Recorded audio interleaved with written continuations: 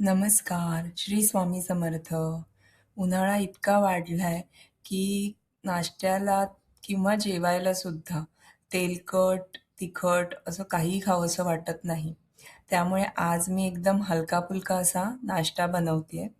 Evening स्नॅक्समध्ये सुद्धा हा नाश्ता आपण करू शकतो. तर इथे मी घेतले आहेत पातळ पोहे, चाळून व्यवस्थित एका मोठ्या पसरट बाउलमध्ये हे घेतलेत. सोबत घेतलाय एक मोठा कांदा बारीक चिरून, एक टोमॅटो बारीक चिरून आणि थोडीशी कोथिंबीर. यामध्ये मी आता घातलंय 2 ते 3 मोठे चमचे खोवलेला नारळ आणि 2 ते 3 मोठे चमचे भाजलेल्या शेंगदाण्यांचं कूट.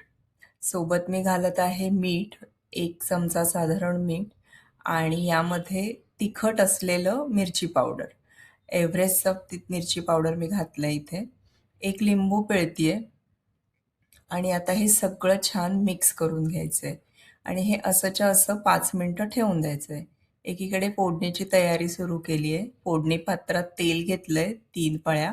त्यामध्ये घातली आहे मोहरी, जिरं, मिरची, कढीपत्ता आणि हिंग, हळद.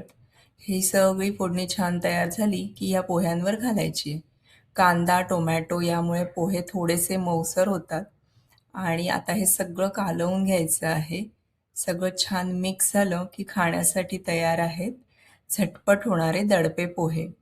एकदम बेस्ट असा नाश्ता आहे उन्हाळ्याच्या दिवसांमध्ये. पटापट होतो. आवडल्यास नक्की लाईक करा, शेअर करा आणि सबस्क्राईब करा. बाय.